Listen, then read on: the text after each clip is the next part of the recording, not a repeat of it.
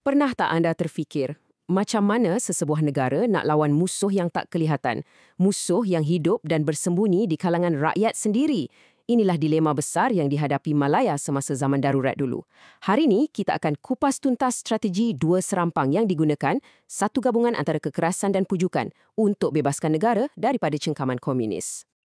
Ini dia persoalan paling utama sekali. Musuh tu bukan cuma askar dalam hutan tau. Mereka ni mungkin jiran kita, pekedai tempat kita beli barang atau petani yang kita jumpa setiap hari. Mereka lah yang secara senyap-senyap salurkan makanan, bagi maklumat dan sediakan tempat perlindungan. Jadi macam mana nak serang musuh tanpa kita hancurkan masyarakat kita sendiri? Ini bukan perang biasa yang kita tengok dalam filem. Ancaman ni datangnya daripada Parti Komunis Malaya atau PKM. Tapi kekuatan sebenar diorang bukan pada gerila yang pegang senjata tu. Kekuatan utama mereka ialah rangkaian sokongan orang awam yang dipanggil MINUN. Tanpa MINUN, gerila komunis dalam hutan tu ibarat ikan tanpa air. Memang tak akan boleh hidup lama. Jadi inilah sasaran sebenar kerajaan. Baiklah, jom kita tengok serangkah yang pertama, pendekatan yang keras yang dipanggil genggaman besi. Ini adalah strategi ketenteraan yang tak ada belas kasihan. Tujuannya untuk lumpuhkan keupayaan komunis untuk berlawan dan yang paling penting sekali untuk potong terus hubungan mereka dengan rakyat. Di bawah undang-undang darurat ni, hidup orang ramai terus berubah. Cuba bayangkan, sesiapa saja boleh ditahan tanpa bicara hanya atas dasar syak wasangka. Pintu rumah anda boleh diketuk bila-bila masa untuk digeledah. Dan yang paling menakutkan, kalau kantoi ada senjata api haram, hukumannya mati. Mesej kerajaan sangat jelas. Kalau tolong komunis, nyawa jadi taruhan.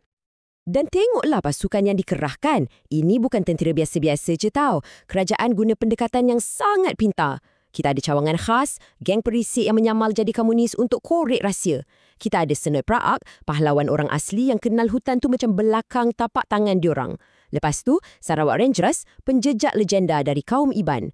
Malah, orang biasa pun join sebagai home guide, pertahankan kampung halaman sendiri. Ini betul-betul usaha semua pihak. Dan cogan kata Sarawak Rangers ni, memang meremang bulu roma. Agi hidup, agi laban. Maksudnya selagi hidup, selagi melawan. Ia tunjukkan satu semangat dan keazaman yang luar biasa. Memang tak main-main. Sekarang kita sampai ke tunjang utama strategi genggaman besi ni. Namanya Rancangan BRICS. Dilancarkan pada tahun 1950, ini adalah langkah yang paling berani, paling drastik. Ia bukan lagi sekadar operasi tentera. Ia satu usaha untuk mengubah seluruh lanskap sosial Malaya. Logik di sebalik rancangan ni sebenarnya simple, tapi agak kejam. Pertama, pindahkan semua orang yang tinggal berselerak kat pinggir hutan yang senang jadi sasaran MINUN ke satu tempat terkawal. Kedua, bila dah buat macam tu, secara automatik bekalan makanan, maklumat dan ahli baru untuk komunis akan terputus. Ketiga, bila komunis dalam hutan dah lapar dan terasing, mudahlah mereka jadi sasaran pasukan keselamatan. Cuba kita hadam skala dia. 650,000 orang, bukan 600, bukan 6,000. 650,000 orang dipaksa pindah ke lebih 600 penempatan baru yang dipagar dengan kawat berduri yang kita kenali sebagai kampung baru. Ini bukan sekadar pemindahan biasa. Ini satu transformasi demografi yang mengubah wajah Malaya sampai bila-bila. Tapi genggaman besi sahaja takkan cukup untuk menang perang ni. Kerajaan tahu, kita tak boleh paksa orang untuk setia hanya dengan menakut-nakutkan mereka. Kesetiaan tu kena dimenangi.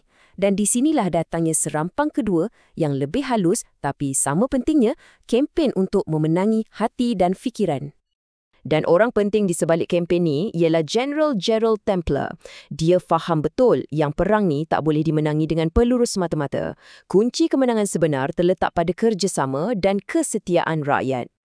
Templer guna satu pendekatan gula-gula dan rotan yang sangat bijak. Kawasan yang masih ada aktiviti komunis, dia labelkan sebagai kawasan hitam. Hidup susah, ada perintah berkurung yang ketat. Tapi, kalau penduduk bekerjasama dan berjaya halau komunis, kawasan mereka akan dinaik taraf jadi kawasan putih. Semua sekatan ditarik balik, hidup kembali normal. Ini secara tak langsung menjadikan perjuangan menentang komunis ni tanggungjawab semua orang, bukan tentera je.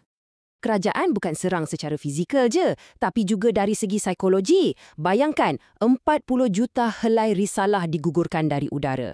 Isinya, janji pengampunan dan kehidupan baru untuk sesiapa yang menyerah diri. Ini mesej harapan terus kepada gerila yang dah penat dan lapar dalam hutan untuk pecah belahkan semangat mereka dari dalam.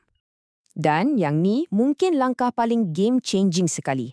Kerajaan buat satu tawaran yang luar biasa. Syarat kerakyatan dilonggarkan. Tiba-tiba, seramai 1.2 juta penduduk berketurunan Cina layak jadi warga negara. Ini ubah segala-galanya. Ia bagi mereka saham dalam negara ni. Satu sebab untuk berjuang demi Malaya, bukan menentangnya. Satu langkah politik yang sangat-sangat bijak. Walaupun strategi ini nampak sangat menjadi, masih ada satu lagi percubaan terakhir untuk tamatkan konflik ni. Bukan di medan perang, tapi di meja rundingan. Pada tahun 1955, satu pertemuan bersejarah diadakan di Baling, Kedah. Tunku Abdul Rahman bersemuka dengan pemimpin PKM, Chin Peng. Ramai yang berharap, tapi rundingan tu gagal. Tuntutan kerajaan mudah, letak senjata dan bubarkan PKM. Tapi bagi Chin Peng, itu bermakna menyerah kalah pada perjuangan ideologi seumur hidup mereka. Memang tak boleh jumpa jalan tengah dan perang pun terpaksa diteruskan.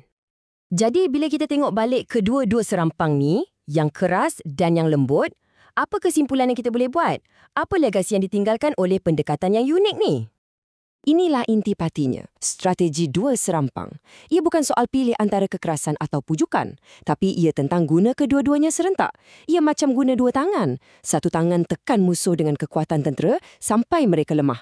Pada masa yang sama, tangan lagi satu tarik sokongan rakyat supaya musuh hilang punca kuasa utama mereka. Jadi, saya nak tinggalkan anda dengan satu persoalan untuk difikirkan. Dalam perang macam ni, senjata manakah yang sebenarnya lebih ampuh? Adakah peluru yang membunuh musuh? Ataupun idea yang memenangi hati dan fikiran mereka? Sejarah darurat Malaya seolah-olah memberitahu kita, mungkin jawapannya ialah kita perlukan kedua-duanya sekali.